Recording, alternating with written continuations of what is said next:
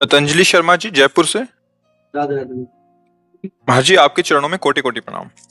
महाराज श्री, हमारी संतान जो हमसे उत्पन्न होगी, क्या वो अपने पूर्व कर्मों के अनुसार शरीर मिलेगा या माता पिता के कर्मों के अनुसार? अगर माता पिता के कर्मों के अनुसार उत्पन्न होगी तो क्या सावधानी रखें? कृपया मार्गदर्शन करें।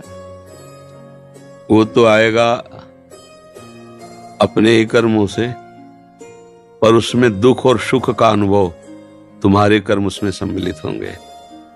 अगर आपने पूर्व में जो जीव पुत्र रूप में आ रहा है उसके साथ अभद्र कर्म किए हैं तो आकर के जीवन भर आपको जलाएगा, आपको दुख देगा।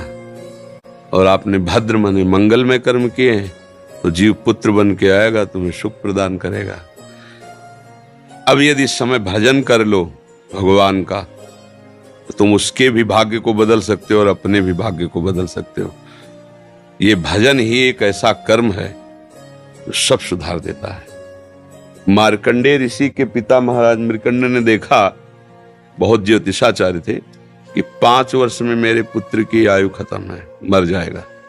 बड़ी चिंता हुई कि जीवन भर भजन करते रहे, तपस्या की। पहले प्राय हम सब ऋषियों की ही संतान हैं, रहते गृहस्थ में थे पर पूर्ण ऋषि तपस्वी मुनियों की तरह हम सब ऋषियों की संतान हैं। जब गोत्र पूछा जाए तो देखो नहीं बोलते भरद्वाज गोत्र, याज्ञवल्क्य, गार, हम सब ऋषियों की संतानें हैं। हाँ, तो उनको लगा कि कैसे क्या कर सकते हैं कि 5 वर्ष के बाद ये बालक जीवित बना रहे। अब पिता का कर्म शुरू हो रहा है। पूर्व संयोग इतने ही वर्ष का था, अब उनका नया कर्म काम कर रहा है। उन्होंने विचार किया, भगवान के भक्तों और संतों में विशेष सामर्थ्य है। यदि संतों को साष्टांग दंडवत करे और संतों का आशीर्वाद मिले तो मैं इसे मृत्यु से भी बचा सकता हूं। उनको पता था, उनकी श्रद्धा थी, उनकी भावना थी। तो प्रायः पवित्र नदियों के किनारे ही ऋषियों के आश्रम होते थे, तो गंगा जी के समीप ही तो घाट में खड़ा कर देते। जो भी संत दिखाई देते, वैष्णव तिलक या शैव तिलक, वो सबको आदेश कर, छोटा सा बालक 2 वर्ष 3, साष्टांग प्रणाम करो, साष्टांग प्रणाम करो। उनकी सेवा यही थी, प्रसाद पाओ और जाके घाट में खड़े हो, जो भी संत दिखाई दे साष्टांग प्रणाम करो। एक दिन प्रच्छन्न वेश से गुप्त रूप से सनक सनंदन सनातन सनत कुमार भी, अब आपको क्या पता कौन महात्मा किस कोटि का किस वेश में तुम्हारे पास बैठा है, या तुम्हारे संग वार्तालाप कर रहा है, या तुम्हें कभी मिल सकता है, हमारी दृष्टि नहीं है ना। और वो दिव्य महापुरुष थे और वो देखा करते थे। जब साष्टांग प्रणाम किया तो चारों संत वेश में थे, उनका चिरंजीवी भाव, बस वो आ गए। कहा, महाराज मेरी दृष्टि अचूक है, आप सनक सनंदन सनातन सनत कुमार, चारों ब्रह्म कुमार है ना, प्रच्छन्न वेश से आप घूम रहे हैं, ये तो अभागी है, 5 वर्ष में इसकी मृत्यु हो जाएगी। वो आप कह रहे चिरंजीवी भव, तो आपके वचन मिथ्या या इसका भाग्य मिथ्या? इसी बात में बैठे थे कि कोई ना कोई महापुरुष जब फंसेगा तो ये भाग्य को मिटा सकता है, साधारण थोड़ी मिटा पाता है, महापुरुष ही मिटा पाता है, उसमें सामर्थ्य होती है। तो उनका ठीक है, चिरंजीवी तो रहेगा ही। तुम्हारी ज्योतिष से तुमको पता है किस मिनट में किस सेकंड में मृत्यु होगी। उस दिन प्रातः से लेकर के और मृत्यु समय तक भगवान शिव के मंदिर में शिव का आलिंगन करके इसे बैठा देना, बस फिर और हम देख लेंगे। ऐसा ही किया। चारों ब्रह्म कुमार दरवाजे पे खड़े हो गए। तो ऐसे पुरुषों के पास यमदूत नहीं आते, साक्षात धर्मराज आते हैं। धर्मराज ने देखा सनक सनंदन सनातन सनत कुमार, तो उनका इस जीव का समय हो रहा है, आप आदेश करें तो मैं इसे ले जाऊं। लेकिन मैंने तो चिरंजीवी भव कहा है। बोले ब्रह्मा के आप पुत्र हैं, ब्रह्मा के द्वारा ही विधान किया जाता है। तो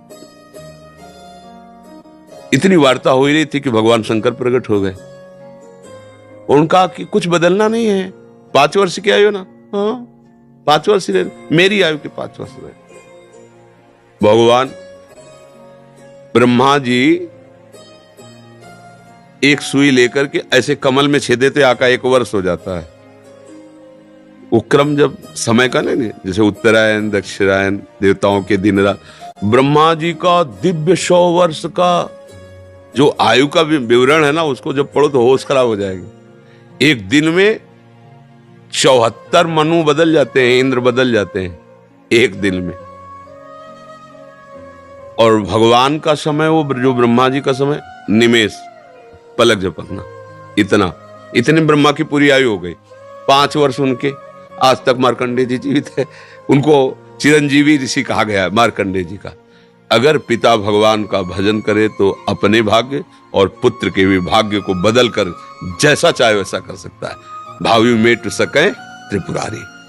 अगर भजन बल है तो फिर आनंद ही आनंद है, नहीं तो दोनों के कर्म संयोग से ही संयोग बनता है।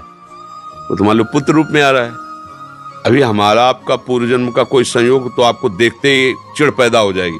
आप ऐसे वचन बोलेंगे कि मेरा हृदय जलने लगे, ये आदमी क्यों आया हमारे सामने। वो हमारा कर्म है जो आपको भी जला रहा है, मेरे को भी जला रहा है, दोनों में द्वेष पैदा कर रहा है। और अगर अच्छा देखते ही ऐसा लगा कि मानो हमने बहुत समय से अपने प्रियजन को बाद में देख, ऐसा लगता है ये तो हमारे बहुत प्रिय, और देखकर आनंद है, आप जाओगे खुशी हुई, हमारे खुशी हुई, क्या हुआ। कर्म ही सबको दुख सुख देता है और कुछ नहीं।